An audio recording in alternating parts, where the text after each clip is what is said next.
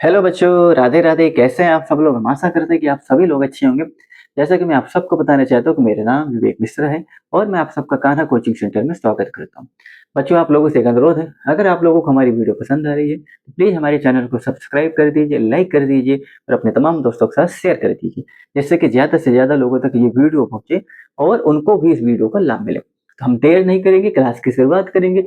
आज हम आपके लिए 10 महत्वपूर्ण प्रश्न लेके आए हैं जो परीक्षा के लिए काफी महत्वपूर्ण होने वाले हैं और 100% ये प्रश्न परीक्षा में आने वाले हैं। ठीक है, तो देर नहीं करिए, हमारे साथ जुड़िए और चलते हैं, इन 10 प्रश्नों को हल करेंगे, आपको बताएंगे। ठीक, चलो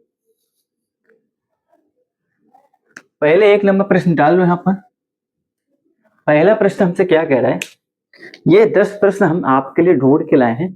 ठीक है, काफी महत्वपूर्ण होने वाले ये प्रश्न। चलिए हमारे साथ प्रश्नों को हल करिए। हमसे कह रहा है, 1 मिनट, चलो, कह रहा है कि समीकरण समीकरण दे रखा है x प्लस 2y बराबर 5 और एक और दे रखा है 3x प्लस का 6y, 3x प्लस का 6y बराबर 15।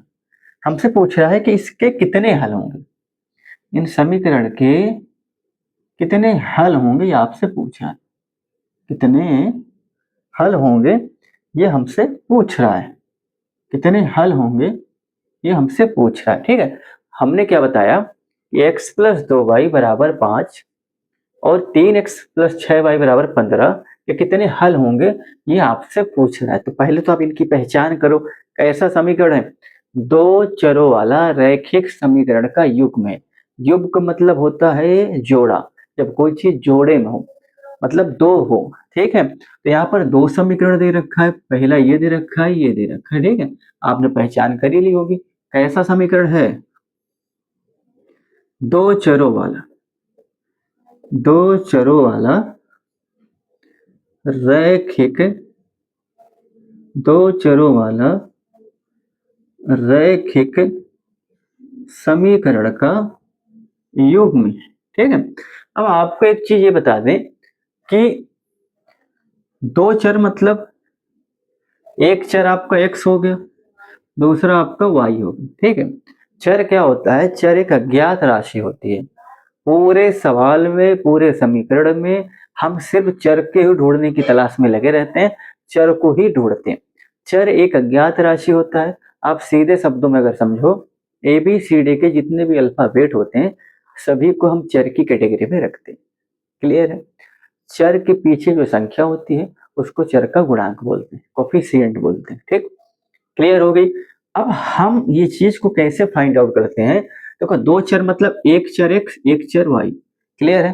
रैखिक समीकरण का मतलब होता है जिसकी अधिकतम घात एक हो, जिसकी अधिकतम घात कितनी हो? एक हो। तो यहां आप देखिए समीकरण में, जहां कुछ नहीं होता वहां एक होता है। x और y की कितनी घात है? अधिकतम एक है। ठीक है, युग्म का मतलब क्या होता है? समीकरण का मतलब क्या होता है? जब कोई चीज बराबर में लिखी होती, बराबर, जब दो व्यंजन, जब दो व्यंजक, सॉरी व्यंजन नहीं व्यंजक, जब दो व्यंजक बराबर के द्वारा आपस में जुड़े होते हैं तो समीकरण बोलते हैं। सबसे सटीक जानकारी समीकरण की पहचान बराबर से करते हैं। ठीक है, ये जो साइन है, चिन्ह है, इसको हम बोलते हैं बराबर। अगर ये नहीं लगा है तो ये चीज जो लिखी हुई है सिर्फ और सिर्फ एक अलजेब्रिक एक्सप्रेशन है। ठीक ना, बीज गणितीय व्यंजक है। ठीक, व्यंजन नहीं है, गलती से निकल गया। ठीक, बराबर ही दर्शाता है कि ये एक समीकरण है। तो दो चरों वाला रैखिक समीकरण के एक युग्म है। आपसे ये पूछना चाह रहा है कि भैया इसके कितने हल होंगे। तो हल कैसे पता करेंगे कितने हल होंगे? इसके लिए हम रेखाओं की प्रकृति चेक करेंगे, रेखाओं का नेचर देखेंगे, रेखाओं का व्यवहार देखेंगे। रेखाओं के व्यवहार से ही पता लगेगा इसके कितने हल होंगे। और ये हल को निकालने के लिए हम क्या करेंगे? समीकरण में x और y का जो गुणांक होता है उसकी हम तुलना करते हैं। उसके रेशियो को लेंगे, उसके रेशियो का हम तुलना करके पता करेंगे। रेखाओं का जो बिहेव होता है, हमने क्या बोला, रेखाओं की प्रकृति व्यवहार को चेक करेंगे। अब रेखाओं की व्यवहार प्रकृति को चेक करने के लिए तो ये दो चरों वाला रैखिक समीकरण का युग्म है, इसमें x और y के गुणांक के अनुपात में, एक्स व वाई के गुणांक के अनुपात का हम क्या करेंगे, कंपेयर करेंगे, तुलना करेंगे। ठीक, एक्स व वाई के जो गुणांक है उनके हम क्या करेंगे, तुलना करके पता करेंगे। कैसे, रेशियो में। ठीक, देखो रेखा की तीन प्रकृति होती हैं। कितनी होती हैं, यहाँ पर रेखाओं के या रेखा तीन तरह से व्यवहार करता है। रेखा के तीन नेचर होते हैं। कितने होते हैं, तीन नेचर होते हैं, तीन तरह से ये बिहेव करती है। ठीक, इन्हीं बिहेव के अनुसार पर, अच्छा बिहेव करती है तो बिहेव का कैसे पता लगाएंगे, हम इन समीकरण के गुणांकों का, जो एक्स व वाई के गुणांक है उनका रेशियो लेंगे।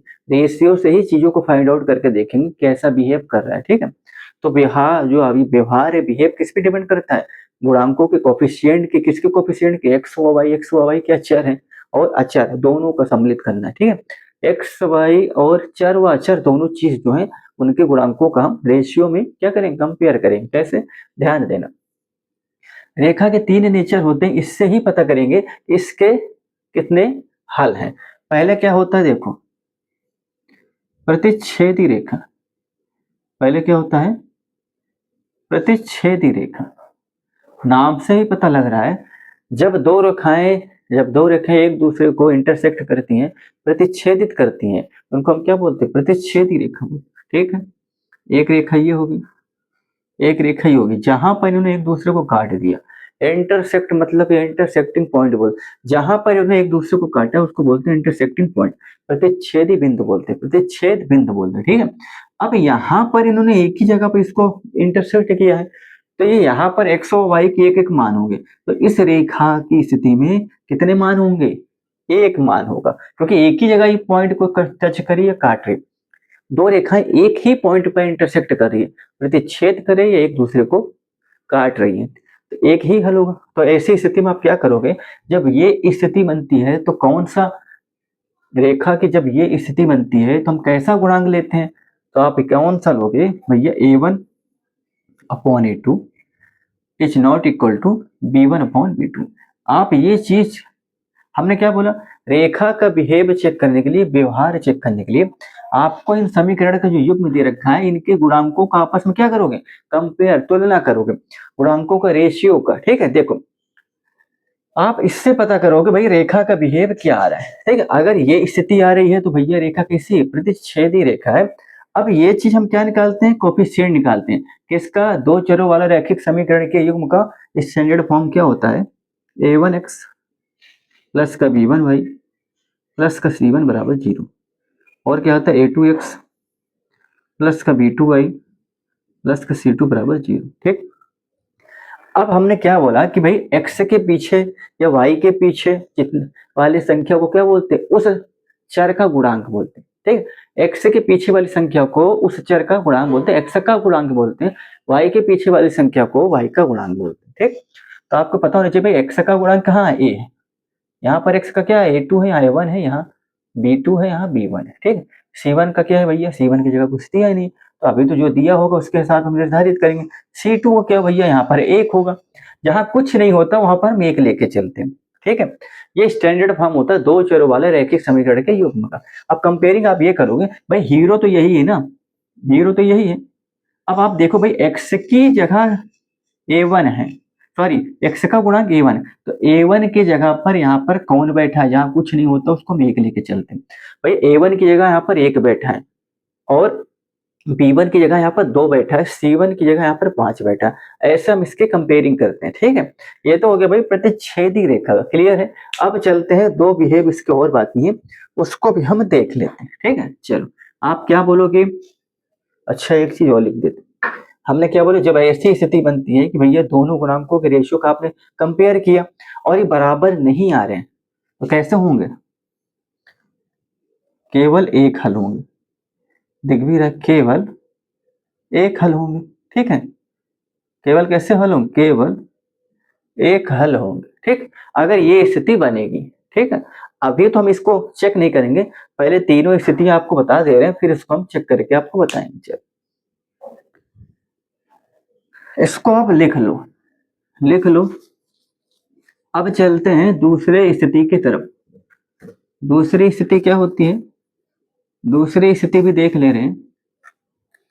दूसरी स्थिति हमारी ये होती है, प्रतिच्छेदी रेखा होगी, अब होगी भैया समांतर रेखा।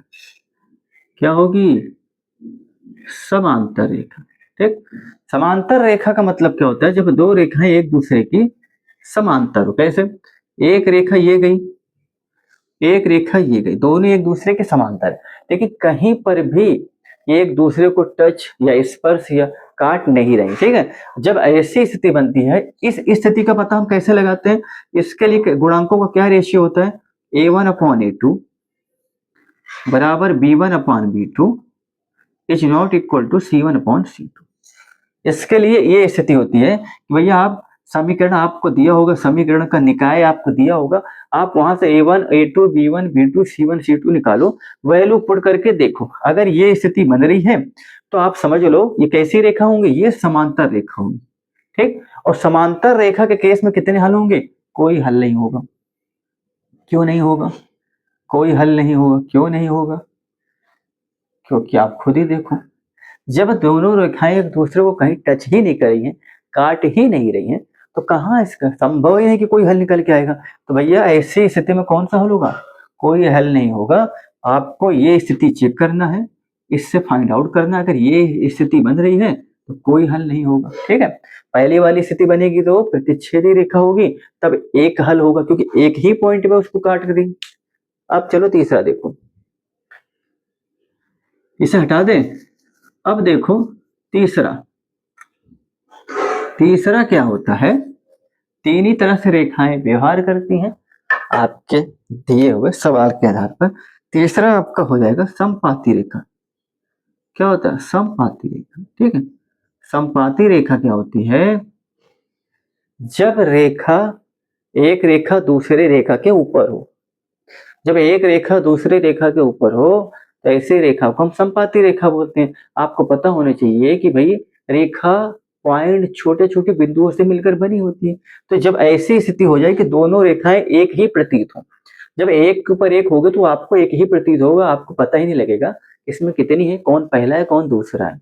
जैसे हमने भैया एक रेखा ये बनाई, अब दूसरी भी हमने इसके ऊपर ही बना दी, तो आपको कहां से पता लग रहा है कि इसमें दो रेखा है, आपको एक ही प्रतीत होगी, और रेखा आपके छोटे छोटे बिंदु से मिलकर बनी होती है। तो इस स्थिति में अगर एक रेखा के ऊपर दूसरी है तो छोटे छोटे छोटे छोटे कई बिंदुओं पर वो इसको टच कर रही है। यहाँ तो अनंत बिंदु हो गए, अनंत बिंदुओं पर टच कर रही है ना, तो ऐसे स्थिति में क्या हो जाएगा, अनेक हल होंगे, अपरिमित रूप से, अपरिमित रूप से, अपरिमित रूप से अनेक हल होंगे। कितने हल होंगे, अनेक हल होंगे। और जब ये स्थिति बन जाएगी तो आपके पास क्या आएगा, आपके पास आएगा A1/A2 बराबर B1/B2 बराबर C1/C2। ठीक, इस स्थिति को चेक करने के लिए आपको ये चेक करना है। हमने क्या बोला, इस स्थिति को चेक करने के लिए आपको ये रेशियो चेक करना है कंपेयर करके। ठीक है, चलो हमने आपको तीन स्थिति बता दी है, अब सवाल की तरफ हम बढ़ते हैं। इसे मिटा दें, चलो हमने क्या बोला, हमने आपको तीन स्थिति बता दी है, अब हम सवाल की तरफ बढ़ते हैं और अपने सवालों को हल करते हैं। अभी हम पहले ही सवाल में भाई स्थिति लिख लेते भैया, A1/A2 is not equal to B1/B2। कैसी रेखा होंगी, कैसे कितने हल होंगे भाई, केवल एक हल होगा, केवल एक हल, A1/A2 B1/B2 C1/C2। कितने हल होंगे, कोई हल नहीं होगा। कैसी रेखा होगी भाई, समांतर रेखा होगी। ठीक है, तीसरा क्या होता है भैया, A1/A2 बराबर B1/B2 और C1/C2। कैसे हल होंगे भाई, अपरिमित रूप से अनेक हल होंगे, अपरिमित रूप से, अपरिमित रूप से अनेक हल होंगे। कितने हल होंगे? अपरिमित रूप से अनेक हल होंगे। ठीक है, कितने हल होंगे? अनेक हल होंगे। अब भैया स्थिति आप चेक कर लो, कैसे चेक करोगे भाई? इनके कंपेयरिंग करो। स्टैंडर्ड फॉर्म से a1x प्लस का b1y प्लस का c1 जीरो, a2x प्लस का b2y प्लस का c2 बराबर जीरो से तुलना करो। चलो, आपका समीकरण क्या दे रखा है? x प्लस 2y बराबर 5। ठीक, इसको किससे तो a1x प्लस का b1y प्लस का c1 बराबर जीरो। ठीक है, चलो इधर क्या दे रखा है आपको? 3x प्लस का 6y बराबर 15, a2x प्लस का b2y प्लस का c2 बराबर जीरो। अब आप ये कहोगे भाई बरा आपका अचर पद इधर ही दे रखा बराबर भी जीरो, आप ऐसे भी लिख सकते हो। आप चाहो तो इसको इधर माइनस ला के -5 करके भी लिख सकते हो, लेकिन परीक्षा में आपको समय बचाना तो आप डायरेक्ट भी यहाँ से निकाल सकते हो। भाई c1 की जगह क्या है? 5 है। अगर आप कंपेयरिंग करना चाहो तो ऐसे लिख दो भैया, x प्लस 2y माइनस का 5, ये फिर ऐसे लिखो, सही से करो इसका तुलना। ठीक, a1x प्लस का b1y प्लस का c1 बराबर जीरो। अब ये जीरो करेक्ट हो रहा है, इसका भी ऐसा करो, 3x प्लस का 6y प्लस का माइनस का 15 बराबर का जीरो, a2x प्लस का b2y प्लस का c2 बराबर जीरो।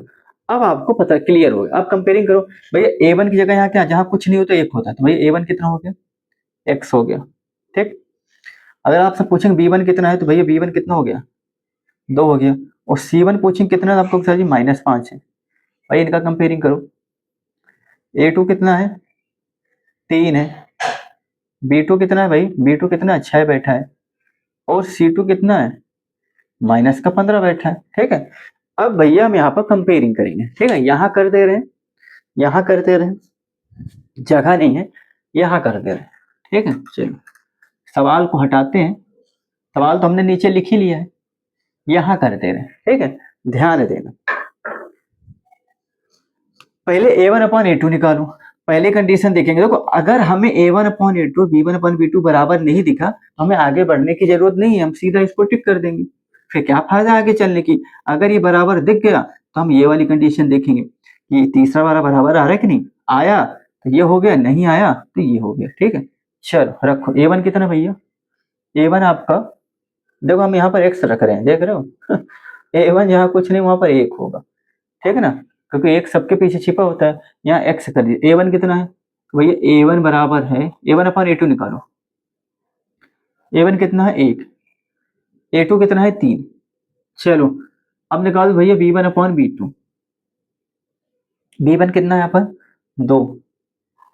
और b2 कितना है? 6। काट दो, 1/3 भैया। ab बराबर है, ab बराबर है। अब आगे दिखा दो भाई, जब बराबर नहीं होते तो यहीं पर रुक जाते हैं। c1 कितना हमारा? माइनस का 5। c2 कितना? माइनस का 15। माइनस माइनस कट गया, 1/3। भाई यहाँ पर तो तीनों बराबर आ गए, ए भी इतना आया, ए भी इतना आया, ए भी इतना आया। तो कहने का मतलब क्या है कि a1 अपॉन a2 बराबर b1 अपॉन b2 और c1 अपॉन c2 सब क्या है? बराबर है। और जब सब बराबर हो जाते हैं तो क्या हो जाता है? आपका हो जाएगा संपाती रेखा और अपरिमित रूप से अनेक हल होंगे। तो आप क्या लिखोगे भाई? अपरिमित रूप से अनेक हल होंगे। क्या लिखोगे? अपरिमित रूप से अनेक हल होंगे। कितने होंगे? अपरिमित रूप से अनेक हल होंगे। ठीक है, तीनों स्थितियां आपकी पता लग गई है, तो भैया तीनों बराबर आ गए, तो आप क्या लिखोगे? अपरिमित रूप से अनेक हल होंगे। ठीक है, चलो यहाँ पर हमने x लिख रखा था, गलती हो गई थी भैया। x का गुणांक क्या है? यहाँ पर कुछ कुछ नहीं होता, एक सबके पीछे छिपा होता, तो आप क्या लिखोगे? 1 लिखोगे। ठीक, ये आप सही कर लेना। ठीक है, चलो पहला सवाल आपका हो गया है। अब चलते हैं दूसरे प्रश्न की तरफ, आप इसको लिख लो। अब चलते हैं दूसरे प्रश्न की तरफ। पहला सवाल आपका हो गया है, अब चलते हैं भैया दूसरे प्रश्न की तरफ। ठीक ना, पहला सवाल आपका हो गया है, अब चलते हैं दूसरे प्रश्न की तरफ। क्लियर हो गया? चलो अब चलते हैं भैया दूसरे प्रश्न की तरफ। प्रश्न नंबर 1 आपका हो गया है, अब चलते हैं भैया प्रश्न नंबर 2 की तरफ कि भैया प्रश्न नंबर 2 हमसे क्या कह रहा है, लगाते हैं। प्रश्न नंबर 2 हमसे कह रहा है कि द्विघात समीकरण 2x स्क्वायर माइनस का 4x प्लस का 3 बराबर 0 का विविक्तकर पूछ रहा है। क्या पूछ रहा है? विविक्तकर पूछ रहा है। क्या पूछ रहा है? हमसे कह रहा है भैया इसका विविक्तकर, इसको कैपिटल डी से हम डिनोट करते हैं। कह रहा है आपसे कि भाई इसका विविक्तकर बता दो। आपको पता होना चाहिए भाई द्विघात समीकरण का मानक रूप क्या होता है? ax स्क्वायर प्लस का bx प्लस का c इक्वल 0। ठीक, और विविक्तकर आपका क्या होता है? d बराबर b स्क्वायर माइनस का 4ac। ठीक, तो वियुक्तकर निकालने के लिए आपको b पता होना चाहिए, a पता होना चाहिए और c पता होना चाहिए। तो दिए हुए समीकरण की भाई मानक समीकरण से आप तुलना कर देना। क्या करोगे? दिए हुए समीकरण की मानक समीकरण से तुलना करने पर, अच्छा तुलना करने का मतलब क्या है? आप तुलना करके ए बी सी निकालोगे, मतलब एक्स वाई और अचर पद का गुणांक की तुलना की जाती है। तुलना किसकी की जाती है? गुणांकों की जाती है, क्योंकि गुणांक ही हमें पता लग जाए, क्योंकि आपका क्या दे रखा है? कोफिशिएंट ही दे रखा है। ठीक है, जब गुणांक यहाँ से आप फाइंड आउट करोगे, तभी आप यहाँ पर वैल्यू पुट करोगे, तभी तो आपको व्युत्पन्न निकल के आएगा। भाई मानक रूप से तुलना करने पर आप भैया आप ये देखो स्टैंडर्ड फॉर्म ये आपका हीरो है। अब भैया यहाँ पर एक्स स्क्वायर का गुणांक a है, x का b है, अचर पद का 1 है, यहाँ कुछ नहीं होता। अगर आपसे पूछेंगे भाई कि भाई एक ही जगह कौन बैठा हुआ है, तो आप कहोगे सर जी एक ही जगह तो भैया 2 बैठा हुआ है। पूछेंगे भैया बी की जगह कौन बैठा हुआ है, तो भैया आप कहोगे सर जी माइनस का 4 बैठा हुआ है। ठीक है, बी की जगह माइनस का 4 बैठा है, और सी की जगह क्या बैठा हुआ? 3 बैठा हुआ। ठीक, ए बी सी का मान पता लग गया, बस रख दो। बी का मान कितना? 4, 4 का वर्ग माइनस 4 गुणे ए कितना है? 2 है, सी कितना है? 3 है। अब माइनस का 2 बार गुणा प्लस हो जाएगा, 4 का 2 बार गुणा 16 हो जाएगा। 4 दूनी 8 त्रिक 24, प्लस माइनस माइनस होता है, 24 में 16 घटा तो 8 हो जाएगा। ठीक, अब चिन्ह कौन सा लगाएगा? हमेशा बड़ी संख्या के पीछे वाले चिन्ह लगाते हैं। बड़ी संख्या 24 के पीछे क्या है? माइनस है, माइनस का 8। क्लियर है? 16 4 20 4 24, तो आपका व्युत्पन्न क्या हो जाएगा? डी बराबर आपका हो जाएगा माइनस का 8। क्लियर है? आप इसको लिख लो। ठीक, चलो अब प्रश्न नंबर 3 की तरफ चलते हैं। प्रश्न 2 हो गया, अब चलते हैं भैया प्रश्न नंबर 3 की तरफ। ठीक है, अब चलते हैं भैया प्रश्न नंबर 3 की तरफ। प्रश्न 2 हो गया है, अब चलते हैं भैया प्रश्न नंबर 3 की तरफ। प्रश्न 3 क्या कह रहा है? यदि कॉस है, यदि कॉस ए बराबर दे रखा है 4/5, ठीक है, आपको ये दे रखा है, हमसे कह रहा है तो tan ए का मान बता दो। क्या पूछ रहा है? tan ए का मान ज्ञात करो, ये हमें बता दो। ठीक, आपसे पूछ रहा है।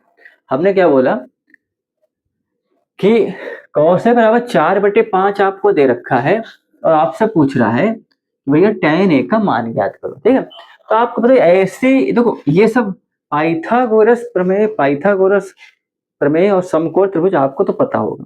तो ये चीजों को हम कहाँ से निकालेंगे? आपको पता है कि भाई 3 स्थिति होती है पाइथागोरस प्रमेय में। 3 स्थिति होती, 3 स्थिति होती कि नहीं होती? बताओ। 3 स्थिति ही होती। हाँ 3 स्थिति होती है। क्या क्या होती बताओ? होती भैया लंब, कर्ण और आधार, ये 3 स्थितियां होती। ठीक, और किस पे लगता है? समकोण त्रिभुज में लगता है। 90 के सामने वाली भुजा कर्ण होती है, ये सबसे बड़ी भुजा भी होती है। जिस पे टिका होता है उसको आधार बोलते हैं। ये थीटा कोई कोण होता है, ये आपका लंब होता है। ठीक, अब आपको कॉस से दे रखा है। ठीक, ए बी सी नाम दे दो। ठीक है, हमने क्या बोला? आपको भैया दे रखा है कॉस से, हमने कॉस से दे रखा है। अगर थीटा आप नहीं मानोगे तो आपको ये वाला कोण पूछ रहा है, कॉस से कितना होगा? तो आपको पता होना चाहिए कि लाल बटे कका, लाल बटे कका होता है, ऊपर वाला साइन होता है, कॉस होता है। क्लियर है? ये tan होता है।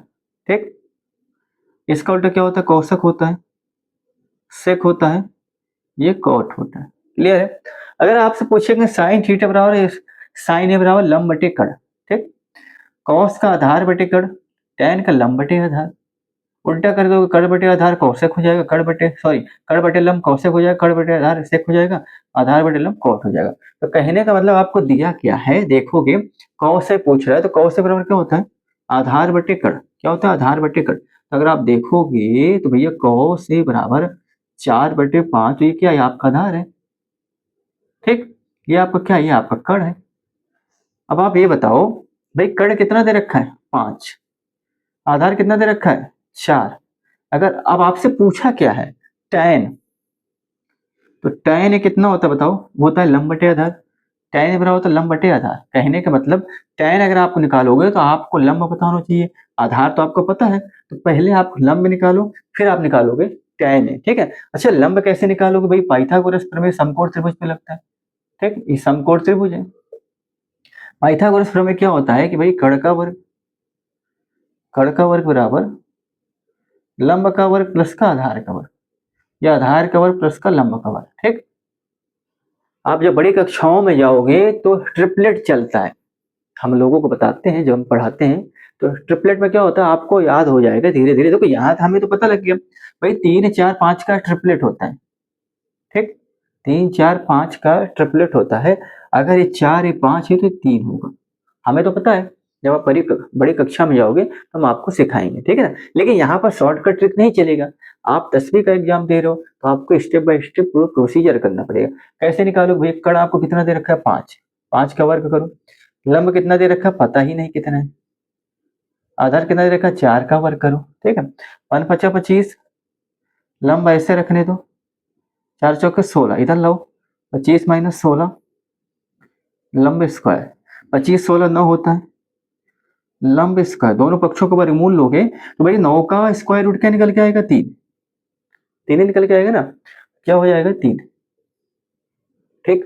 अब ये 3 हो गया, आपसे tan ए पूछा है, भाई tan ए क्या होता है, लंब बटे आधार, क्या होता है, लंब बटे आधार, ठीक, लंब बटे आधार, ये जो यूपी बोर्ड के बच्चे हैं उनके लिए, ठीक, ये लाल बटे कक्का, ठीक, समझ में आया।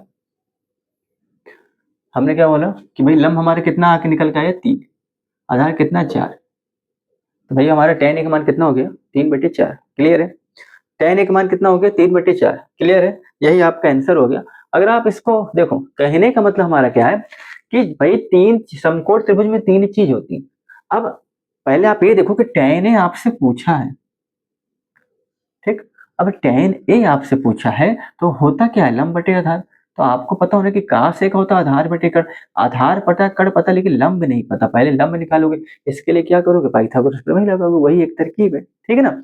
आप इसको लिख लो, आप इसको लिख लो, ठीक है। फिर हम चलते हैं आगे, क्लियर है, चलो अब हम चलेंगे आगे, क्लियर है, चलो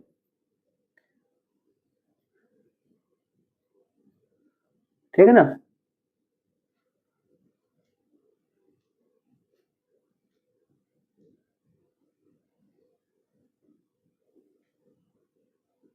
ठीक, चलो लिख लिया आपने, लिख लिया, चलो देखो इसका एक और तरीका भी है, अगर आपको फार्मूला पता हो तो भैया tan ए बराबर क्या होता है, साइन ए बटे कॉस ए होता है, ठीक, कॉस ए का आपका मान पता है तो भैया यहाँ से साइन ए निकाल लो लेकिन tan ए से आपका डायरेक्ट आ जाता है ना, आपको ताम झाम करने की जरूरत नहीं है। भाई साइन ए बराबर क्या होता है आप ही बताओ, लंब बटे कड़ होता है, तो 3/5 हो जाएगा, नीचे क्या दे रखा है 4/5 दे रखा है, 3 × 5 ऊपर जाएगा, 4 × 5 इधर आएगा, कट जाएगा 3/4, अब भी आ रहा है लेकिन आपका बड़ा हो जाएगा, ठीक है, आप ऐसे करो आपके लिए सही होगा। चलो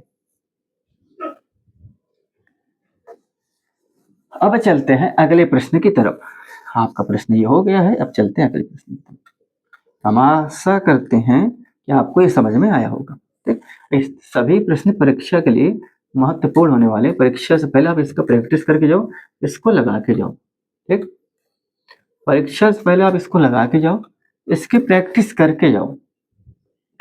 अगला सवाल देख लेते हैं, हमसे कह रहा है बिंदु 2 3, बिंदु दे रखा है बिंदु 2, 3 और दे रखा है 2,3 4 4 सॉरी 4,1 और 4,1 के बीच की दूरी, दूरी का सूत्र क्या होता है? आपने पढ़ा है दूरी का सूत्र क्या होता है निर्देशांक ज्यामिति में, कि दो बिंदुओं के बीच की दूरी। पहला पॉइंट ये दे रखा है, अब पॉइंट को स्थिति को निर्धारित करने का तरीका क्या होता है? x, y, यही होता है। किसी भी पॉइंट की स्थिति का अगर आप निर्धारण करोगे x, y यही होता है, ठीक है ना। तो यही वही है, पहला वाला x होता है, दूसरा वाला क्या होता है भाई? इसे भुज बोलते हैं, इसे कोटि बोलते हैं, ठीक, क्लियर है। तो बिंदु की भाई एक पॉइंट ये होगा, इसकी स्थिति क्या है 2,3। गणितीय स्थिति में हम x और y ऐसे निर्धारित करते हैं। किसी माप में किसी देश की किसी जगह की स्थिति को निर्धारित करने के लिए हम क्या करते हैं? 4 दिशा होती, नॉर्थ, साउथ, ईस्ट, वेस्ट, ऐसे यहाँ पॉइंट से हम उसका निर्धारण करते हैं किस दिशा में कैसे उसकी स्थिति है। ये तो भाई ज्यामिति के अंतर्गत आती है, ठीक है ना। अब गणितीय संख्याएं हम करें, गणित में पढ़ रहे हैं, तो भैया आपके दो स्थिति x लोगे y, इन दोनों को लेकर आप किसी भी पॉइंट की स्थिति का निर्धारण करेंगे। x दिशा में 2 है, y दिशा में 3 है, ये पॉइंट की स्थिति है। भैया x में 4 है, y में 1 है, पॉइंट की स्थिति है। x, y ऐसा मानेंगे। अब दो दे रखे हैं भाई, तो स्टैंडर्ड फॉर्म होता है x, y, मानक रूप होता है x, y। अब यहाँ पर दो ले रहे, इसको x1 कर दो, y1 कर दो, x2 कर दो और y2 कर दो, क्लियर है। दो बिंदुओं के बीच की दूरी का सूत्र क्या होता है आपको पता होना चाहिए। देखो अगर आपको याद नहीं है, बच्चे ये सोचते हैं कि x2 माइनस x1 करना है कि y2 माइनस y1 करना है, आपको जो मन है वो कर दो, कोई जरूरी नहीं कि हमने एक तरीका कि भाई x1 पहले होगा, कुछ भी तरीका आप x1 पहले या x2 करो, सब सही है। x2 माइनस x1 नहीं समझ में आ रही, x1 माइनस x2 का होल स्क्वायर करो, प्लस का y2 माइनस y1, ठीक। क्यों? क्योंकि जो स्क्वायर लगा है ना, ये माइनस को कवर कर लेता है, ठीक है ना। इसलिए आप x2 माइनस x1 करो या x1 माइनस x2 करो, ठीक ठीक। और सबसे सही तरीका आपको बता दूं कि भाई आप बड़ी संख्या से छोटी संख्या को घटाओ। अगर आपको माइनस प्लस में झंझट हो रहा है तो आप बड़ी संख्या देखो, ये मत देखो कि x1 है कि x2 है। बड़ी से छोटी घटाओगे तो आपका माइनस वाले सीन ही नहीं आएगा, ठीक है। अगर आपको 4 दे रखा है एक जगह 7, 4 से 7 घटाओगे तो माइनस के लफड़े में फंसोगे। 7 से 4 घटा सकते हो ना, ये करो, तुलना करो। x1 कितना है? 2 है, y1 3 है, x2 कितना है? 4 है, y2 1 है। वैल्यू पुट करो, x2 कितना है? 4, 4 माइनस x1 कितना है? 2 है, वर्ग कर दो, प्लस y2 कितना है? 1 है, y1 कितना है? 3 है, वर्ग कर दो। हम तो कह रहे भैया आपको अगर इससे झंझट है, भैया छोटे से बड़े में माइनस के लफड़ा, 3 से घटा दो, 4 में 2 गया, 2 का वर्ग, प्लस 3 में 1 गया गया, 2 का वर्ग हो गया। माइनस का ध्यान ही मत छोड़ो, हटा दो। 2 दूनी 4, 2 दूनी 4, 4 प्लस 4 कितना हो जाएगा? 8 हो जाएगा। 8 को क्या लिख सकते हो? 2 अंडर रूट 2 लिख सकते हो कि नहीं? कैसे भैया? रूट को हम बोलते हैं जेल, इस ये जेल का नाम है रूट, हमने कितनी बार समझा है। इस जेल का जेलर कहता है कि भैया जो अपनी तरह एक संख्या लेके आएगा, जोड़े में होगा वही बाहर निकलेगा। भैया 8 को क्या लिख सकते? 2 गुड़े 2 गुड़े 2 ने अपने साथ एक साथी लाया, जोड़े में हुआ, बाहर निकल आया, 2 बचा। ये बेचारा अकेला फंस गया तो ये जेल के अंदर ही रह जाएगा। 2 रूट तो क्लियर है, कोई समस्या नहीं। हम आशा करते हैं आपको समझ में आया होगा। चलो अब चलते हैं आगे, अब चलते हैं आगे। ये आपने कर लिया, अब चलते हैं आगे, ठीक है ना। अब हम चलते हैं आगे, अब हम चलेंगे आगे और आगे के सवालों को हल करेंगे। चलो अगला सवाल हमसे क्या कह रहा है? हमसे कह रहा है, आप कितने सवाल हो गए? 1 2 3 4, 4 सवाल आपके हो गए। 1 हो गए, 2 हो गए, 3 हो गए और आपके 4 हो गए, ठीक है ना। अब चलते 5वां प्रश्न से क्या कह रहा है? एक लंबवृत्तीय बेलन है, बेलन है कैसा? लंबवृत्तीय बेलन बनाओ। एक लंबवृत्तीय बेलन है के आधार का क्षेत्रफल, ये आधार, लंबवृत्तीय बेलन का आधार कैसा होता है? वृत्ताकार होता है। कैसा होता है? वृत्ताकार होता है, ठीक। हमसे यही पूछ रहा है बस। आधार का क्षेत्रफल आपको दे रखा है 9 पाई, आधार का क्षेत्रफल आपको दे रखा है 9 पाई सेंटीमीटर स्क्वायर। ठीक, हमसे कह रहा है उसके आधार की त्रिज्या, ये आपसे आधार की त्रिज्या आर आपसे पूछ रहा है, रेडियस। ठीक है, आपको पता होना चाहिए कि एक लंबवृत्तीय बेलन का आधार वृत्ताकार होता है, तो जितनी भी प्रॉपर्टी होंगी सब वृत्त वाली लगेगी। एरिया भी वृत्त का लगेगा, रेडियस भी वृत्त का होगा, डायमीटर भी वृत्त का होगा, और पैरामीटर भी वृत्त का होगा, परिधि। ठीक, पैरामीटर परिमाप, परिधि का पैरामीटर नहीं होता, सॉरी, पैरामीटर मतलब परिमाप। ठीक ना, परिधि भी किसकी होगी, सर्कल की ही होगी। तो आपसे भैया लंबवृत्तीय बेलन का आधार का क्षेत्रफल कितना दे रखा है, आधार वृत्ताकार होता तो भैया वृत्त का एरिया लगेगा। पाई आर स्क्वायर कितना दे रखा है, 9 पाई। ठीक, पाई से पाई काटो, आर स्क्वायर बराबर 9, स्क्वायर रूट लोगे तो भैया आर बराबर 3, तो ये रेडियस कितनी निकल के आ गई, 3। कोई समस्या नहीं, बस चित्र को अगर आप समझ गए तो आपको समझ में आ जाएगा। ठीक, बेलन को थोड़ा समझ लें, बेलन को थोड़ा समझ लें, समझ लेते हैं। हमने क्या बोला, हमने जब पृष्ठीय क्षेत्रफल आयतन, अभी हम पढ़ा रहे हैं, कल ही हमारा पृष्ठीय क्षेत्रफल और आयतन खत्म हुआ। आप जाके वीडियो हमारी देखिए, सरफेस टेंशन एंड वॉल्यूम, कल ही हमारा समाप्त हुआ है। 2 ही प्रश्न बनी है, 12.1, 12.2, और हमने हर चीज को एकदम डिटेल में बता रखा है। सूत्र परीक्षा में बच्चों को भूल जाते हैं, तो याद ही क्यों करना, तरीका बता रहे हैं। बेलन होता है, 3D आकृति है, कैसी 3D आकृति। अब भैया इस पे आप क्या क्या निकालोगे, टी से निकालोगे, और क्या निकालोगे, सी से निकालोगे, और क्या निकालोगे, वॉल्यूम निकालोगे। टी से क्या होता है, टोटल सरफेस एरिया, और सी से क्या होता है, बाहरी आकृति का खाली क्षेत्रफल, या फिर सी का मतलब होता है चारों दीवारों का क्षेत्रफल। ठीक है, बाहर बाहर से एरिया ले लो बस। वॉल्यूम आपको पता है आयतन होता है, पूरे अंदर के भाग का आपका इसका वॉल्यूम लेना है, कितना आयतन है इसमें, कितना भाग ये घेर रहा है। ठीक है, चलो, तो ये किन किन दो चीजों से मिलकर बना है, दो वृत्ताकार, इसका दो वृत्तिकार संरचना है। देखो बेलन में जो इसका आधार होता है वृत्ताकार होता है, सेम इसका अगर टॉप पॉइंट देखो वो भी वृत्ताकार होता है, और साइड में क्या है, लंबवत आपकी लाइन दे रखी। ठीक है, अगर बेलन का आपसे वॉल्यूम पूछा जाए तो कितना होगा, वॉल्यूम अगर आयतन पूछा जाए, आप याद करते हो, याद नहीं करना, कितना होता है बताओ, पाई आर स्क्वायर एच होता है। क्यों, वॉल्यूम 3D होता तो सेंटीमीटर क्यूब होगा, मीटर क्यूब होगा, जिस जो भी यूनिट आपको दी होगी। अब ये एरिया स्क्वायर तो आपको ये कवर कर देगा, एच आपका कैसे लोगे भाई, वॉल्यूम क्या लोगे भाई, इतनी हाइट को हम एच मानते हैं।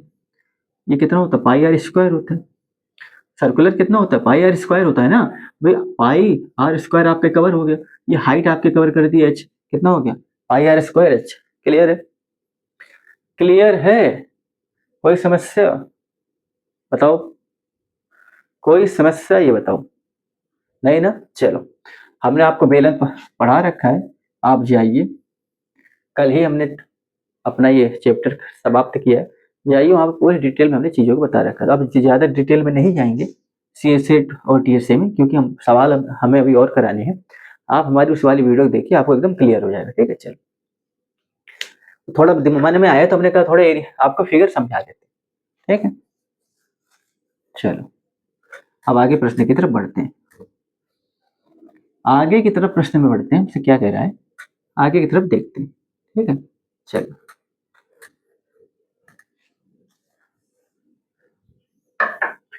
अगला प्रश्न हमसे क्या कह रहा है, आपके हो गए कितने प्रश्न, 5 प्रश्न हो गए। चलो, अगला हमने आपके लिए जोड़ जोड़ के प्रश्न लाए, और अगला प्रश्न लगाते हैं, क्या होगा देख, कह रहा है कि हाँ क्या कह रहा है, यदि किसी बंटन का माध्य 16 है, माध्य कितना दे रखा है, 16, हमसे कह रहा है बहुलक 13 है, बहुलक कितना दे रखा है, 13 है। ठीक है ना, और आपसे पूछो उसकी माध्यिका बता दो, कितनी उसकी माध्यिका होती है। ठीक है ना, माध्यिका पूछ रहा है, क्या होती है माध्यिका, आपसे पूछा है भैया कितना होता है। माध्य बहुलक और हाँ क्या माध्यिका, हाँ माध्यिका पूछ रखा है। देखो हमने क्या बोला, माध्य बहुलक और माध्यिका, इन तीनों का आपस में एक रिलेशन होता है, अनुभौविक संबंध होता है। क्या होता है इनका साथ में आपका एक अनुभौविक संबंध होता है। क्या होता है अनुभौविक, आपका इसमें एक संबंध होता है। इन तीनों का आपस में क्या रिलेशन होता है कि भैया बहुलक बराबर क्या होता है, आपको बता दें भैया बहुलक बराबर होता है 3 गुणे माध्यिका। ये बहुत ही इंपॉर्टेंट सूत्र है, अक्सर ऐसे सवाल बनते हैं, माइनस का 2 गुणे माध्य। ठीक है, ये आपको याद करके जाए, ये सूत्र बेस्ड का सवाल है। आपको भाई वैल्यू पुट करना है, बस आपको दे रखा है। अब बहुलक क्या है भैया, 13 दे रखा है। ठीक है, 3 गुणे माध्य का पता ही नहीं, यही तो हमसे पूछा है। माध्य आपको दे रखा है, 2 गुणे माध्य कितना दे रखा है 16। तो भैया 13, 3 गुणे m कर दो, शॉर्टकट लिखो ना इसे, माइनस 2 गुणे 32। ठीक, 32 इधर लाओगे तो भैया 13 प्लस 32 कितना हो जाएगा बताओ भैया, 45 हो जाएगा। ठीक, तो भैया 45 बराबर आपका कितना हो जाएगा 3 गुणे माध्यिका। 3 को इधर लाओ तो भैया 45/3 हो जाएगा ये। ठीक, काट दो 15 3 45, तो m बराबर कितना आ जाएगा 15। क्लियर है, कोई समस्या नहीं। तो आप इसको कर लो, कितना हो जाएगा आपका, माध्यिका पूछे तो माध्यिका कितना आ जाएगा, आप यहाँ लिख दो, ये आ जाएगा आपका 15। करेक्ट है, चलो कितना आ गया 15 आ गया। चलो आगे चलते हैं, अगला सवाल क्या है। अब आप अगले सवाल की तरफ चलें, अगले सवाल आपको हम लगा के बताते हैं। ठीक है, चलो अगला सवाल क्या है, अगला सवाल देखते हैं। ठीक है, चलो अगला सवाल क्या है, अगला सवाल देखते हैं। ठीक है, चलो ठीक है ना, एक मिनट।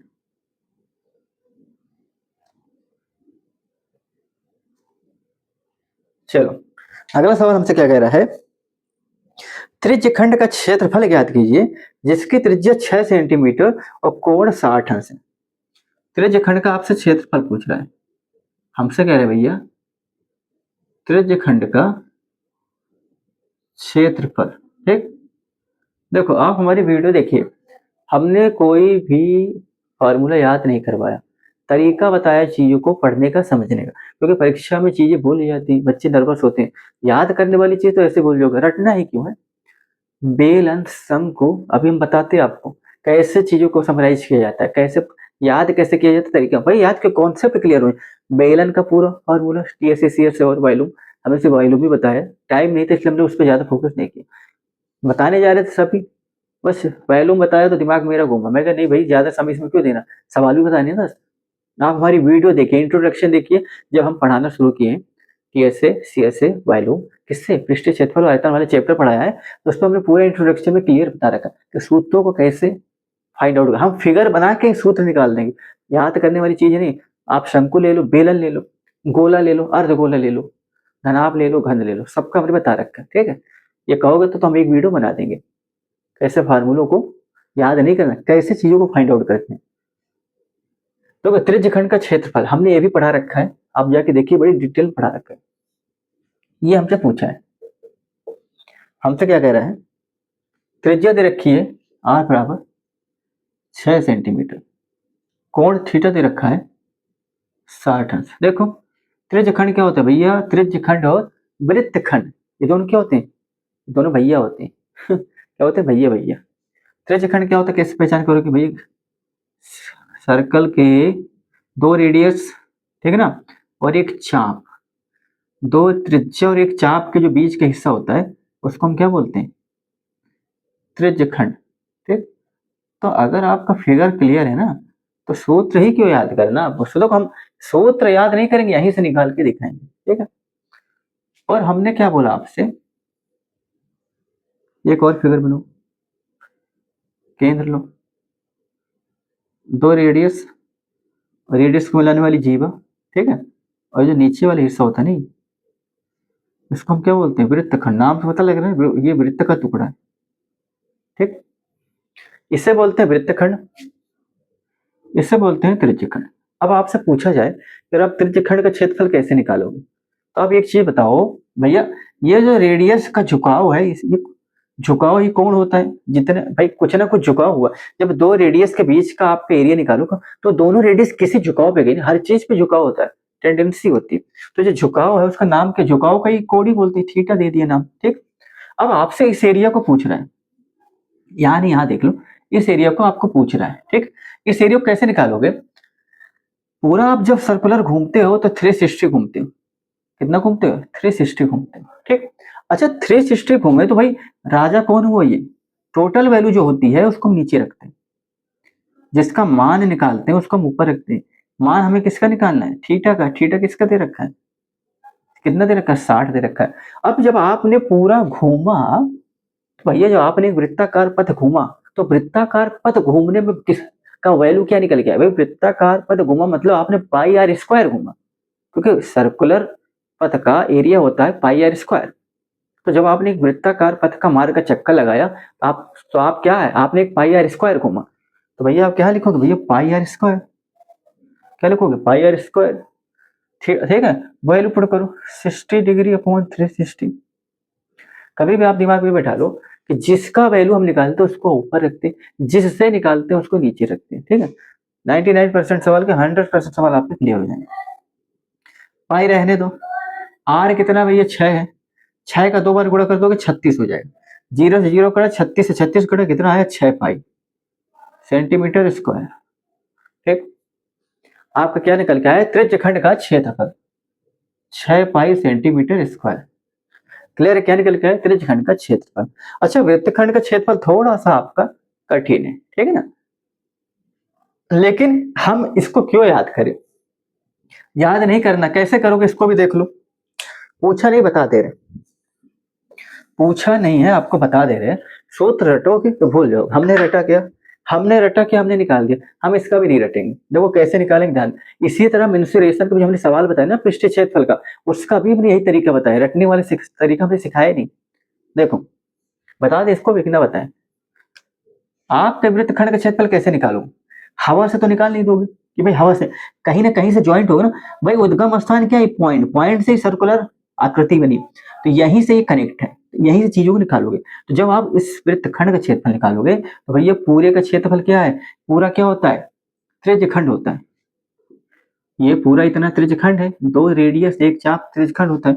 तो भैया त्रिज्यखंड का क्षेत्रफल, त्रिज्यखंड का क्षेत्रफल से क्या घटाओगे, ये जो संगत त्रिभुज बना है, संगत त्रिभुज का क्षेत्रफल, संगत त्रिभुज का क्षेत्रफल, ये माइनस कर दोगे तो यही हिस्सा तो बचेगा बाबा।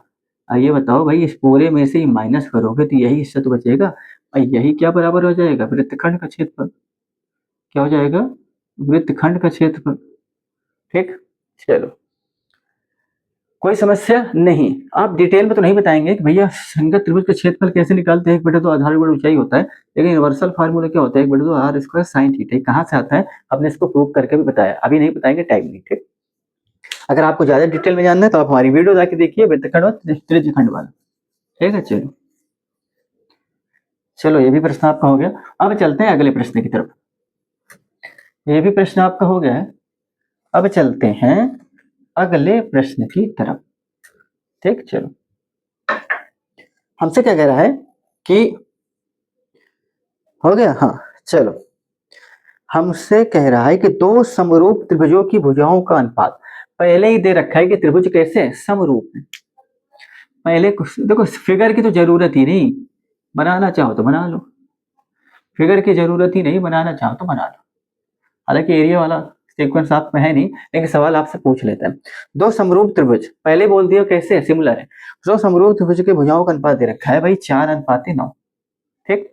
हमसे कह रहा है कि त्रिभुजों के क्षेत्रफल का अनुपात, तो भैया आपको पता है कि एरिया ऑफ त्रिभुज एबीसी और एरिया ऑफ त्रिभुज पी क्यू आर क्या होता है, ये प्रमेय भी सवाल पूछ लेता है, लेकिन सिलेबस में भाई आपका ही हटा भी दिया गया त्रिभुजों के क्षेत्रफल, ठीक है, लेकिन पूछ लेता। हमने क्या बोला कि भैया आपका दे रखा है 4:9, क्या दे रखा है, साइड क्या ना रेशियो दे रखा है।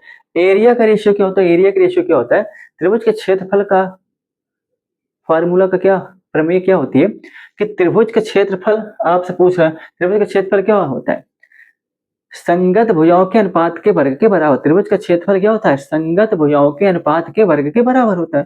ठीक है, त्रिभुज का जो क्षेत्रफल होता है संगत भुजाओं के जिसके संगत जो वही होगा, संगत भुजाओं के वर्ग के अनुपात, संगत भुजाओं के अनुपात के वर्ग के बराबर होता है। संगत भुजाओं का अनुपात करो, उसका वर्ग कर दो, उसके बराबर होता है। तो भैया area of ABC, area of UC निकालोगे। संगत भुजाएं आपको दे रखी भाई 4 और 9 दे रखा है। ठीक है, अब इनका 4 और 9 का अनुपात के वर्ग के बराबर होता है एरिया।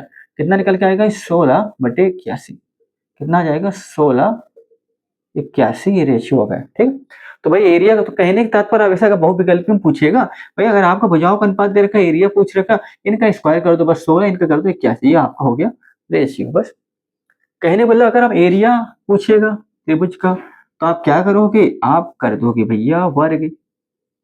अगर साइड पूछेगा, एरिया दे रखा है, तो आप कर दोगे वर्गमूल। क्लियर है? साइड नहीं दिया है, एरिया दिया है, तो साइड निकालोगे तो वर्गमूल कर दोगे। ठीक है, चलो क्लियर है। चलो फिगर तो बनाने की इसमें जरूरत ही नहीं, वो विकल्प भी पूछेगा तो आप ऐसे कर दोगे। अगला प्रश्न क्या है? अगला प्रश्न देख लीजिए। अगला प्रश्न हमसे ये कह रहा है, देखो एक थैले में 3 लाल और 5 काली गेंद है। कितनी? तो भाई टोटल कितनी गेंद है ये बता दो। टोटल कितनी गेंद है? 8 गेंद। किसमें? थैले में। टोटल तो अगर एक थैला उस पर हाथ डालोगे तो 8 गेंद है। हमसे कह रहा है 3 लाल हैं, 3 कैसी हैं? लाल, और 5 कैसी है? काली है। ठीक, 5 काली 3 लाल है। हमसे कह रहा है कि थैले में से एक लाल गेंद निकालने की प्रायिकता क्या होगी? प्रायिकता क्या होगी? देखो आप ये बताओ, अगर आपको एक थैले दिया जाए इसमें 8 गेंद, हाथ डालोगे तो भैया टोटल 8 गेंद में आप हाथ डाल रहे हो।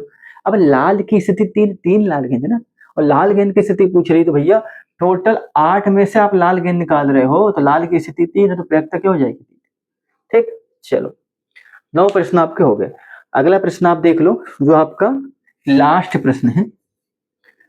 ठीक है ना, और 2 से 4 नंबर में पूछता है लघु उत्तरीय में, ये क्या दे रखा है आपको बता रहे हैं। चलो कह रहे कि सिद्ध कीजिए कि 5 + √3 कैसे एक अपरिमेय संख्या, कैसे है एक अपरिमेय संख्या। ये हमने आपको सिद्ध कराया भी है, आप जाके देखिए कि सिद्ध कीजिए कि √3 एक अपरिमेय संख्या। देखो जब भी ऐसी स्थिति बने ना कि जो चीज सत्य है, आपसे जबरदस्ती बोला जा रहा है आप इसको प्रूव करके दिखाओ कैसे सत्य है, तो हम उस चीज को उसका उल्टा मान के चलते हैं। कितनी बार हमने इस चीज पे जोर दिया है, आपको कितनी बार यही चीज हमने बोल बोल के बताया है कि अगर आपसे ये पूछ लिया भाई 2 + 2 4 होता है, तो लोग ने भाई 2 + 2 4 होता है, पूरी दुनिया इसको मानती है, कब से मानती चली आ रही है। कोई भाव जिनको समझ में नहीं आया, उन्होंने कहा भैया हम नहीं मानेंगे, आप इसको प्रूव करके दो। तो भैया आपको तो पता भी 2 + 2 4 होता है, उसको भी पता है, लेकिन कह रहे भैया प्रूफ दो। बेवकूफी भरा सवाल। तो भैया 5 + √3 एक अपरिमेय संख्या है, ये तो होती है। हमने क्या बोला, जब आपसे ऐसे सवाल पूछा जाए जो होती है, प्रमाणित है, आपसे बोला जाए सिद्ध करके दो, तो उस केस में उस चीज को सिद्ध करने के लिए हम उसका उल्टा मान के चलते हैं। इसे बोलते हैं कॉन्ट्राडिक्शन मेथड, विरोधाभास। ठीक है, तो आपको पता होना चाहिए कि विरोधाभास किस स्थिति में लगता है। ठीक है, चलो हमसे कह रहे 5 + √3 का परमेय संख्या है, तो हम क्या करेंगे? हम मानेंगे, माना भाई 5 + √3 एक परमेय संख्या है। क्यों भैया? अभी हमने बोला हकीकत चीज को अगर आप प्रूव करोगे तो उल्टा मान के चलना पड़ेगा। ठीक, अगर ये परमेय संख्या है तो भाई परमेय संख्या a/b के फॉर्म में होती है, या p/q के फॉर्म में होती है, या d/e के फॉर्म में, तो कुछ भी मान लो, अल्फाबेटिक सिंबल से आप इसको प्रमाणित करो। तो भैया तब अगर ये एक परिमेय संख्या है, तभी परिमेय संख्या के जो भी गुण होती होंगी, गुणधर्म होंगी, उनको सबको ही फॉलो करेंगे, निर्धारित करेंगे। तो आप ये बताओ भाई 5 + √3 बराबर a/b। ठीक, अच्छा कंडीशन क्या, यहां आपको ध्यान देना, जहां a व b सहअभाज्य पूर्णांक है। कैसे हैं? सहअभाज्य पूर्णांक है। ठीक, पूर्णांक पूर्णांक तो आपको पता है, और b ≠ 0। अगर b 0 हो गया तो ये परिमेय संख्या नहीं होगी। अच्छा, a और b अभाज्य सह पूर्णांक मतलब पूर्णांक मतलब एक कंप्लीट नंबर। नंबर रेखा में अब आप वास्तविक संख्या पूरी होती है ना, नंबर रेखा में दर्शाया जाता है। 0 के इधर प्लस, 0 के इधर माइनस। 0 होता है पूर्णांक, प्लस वाला होता है धनात्मक पूर्णांक, माइनस वाला होता है ऋणात्मक पूर्णांक। ठीक, अब ये पूर्णांक है, कंप्लीट नंबर है। ठीक है, कैसा है? सहभाज्य पूर्णांक। पूर्णांक ऐसा, सहभाज्य का मतलब क्या? कोपरम नंबर क्या होते हैं? ऐसी संख्याएं जिनका एचसीएफ केवल एक हो। एचसीएफ को ही कॉमन बोलते हैं, या फिर ऐसी संख्या जिनमें कॉमन एक हो। जैसे हमने कहा इनका एचसीएफ बताओ, एचसीएफ को हम क्या बोलते हैं? कॉमन। ठीक, हमसे कह रहे इसका एचसीएफ बताओ। एचसीएफ में हम क्या देखते हैं? कॉमन ही तो ढूंढते हैं। भाई आप इसको क्या लिखोगे? ऐसे लिख सकते हो। अगर आप देखो हर एक संख्या के पीछे एक छिपा होता है, तो भैया एक ही तो कॉमन है, बाकी तो कुछ कॉमन है ही नहीं इसमें। तो ऐसी संख्या जिनमें सिर्फ और सिर्फ एक कॉमन हो उसको बोलते हैं भैया सहभाज्य। ठीक, अब पूर्णांक तो आपको पता ही है, ये कंडीशन होती है। ठीक, अब आप ये बताओ, अब हमने इनको ये माना, अब आप इसको थोड़ा सा सरल करो। सरल करो, क्या सरल करोगे भाई? √3, 5 को उधर लाओ, a/b माइनस का 5। एलसीएम लो, क्या लोगे भैया? एलसीएम लो।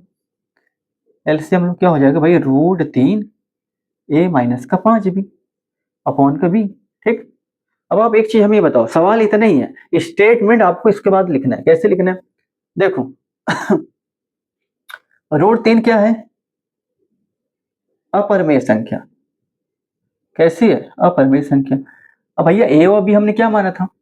सहभाज्य पूर्णांक है। तो भाई जब a और b सहभाज्य पूर्णांक है तो भैया इनका अपॉन रेशियो मल्टीपल भी आप करो, क्योंकि a b कैसा है? सहभाज्य है। तो इसका मतलब a के किसी और कुछ कॉमन इसमें है ही नहीं। तो भैया a minus 5b upon b क्या होगा? ये भी एक परिमेय संख्या होगी। ठीक है ना? a और b कैसी है भाई? a और b परिमेय संख्या हमने माना है। a अपॉन b परिमेय संख्या है ना, तो भैया a भी रूप क्या होगा? परिमेय संख्या होगा, क्योंकि a भी अपॉन में ही तो है। कहने का मतलब क्या है कि भैया ये क्या है? परिमेय संख्या। दिख भी रहा है क्या है? परिमेय संख्या। ठीक, ये कैसी? परिमेय संख्या।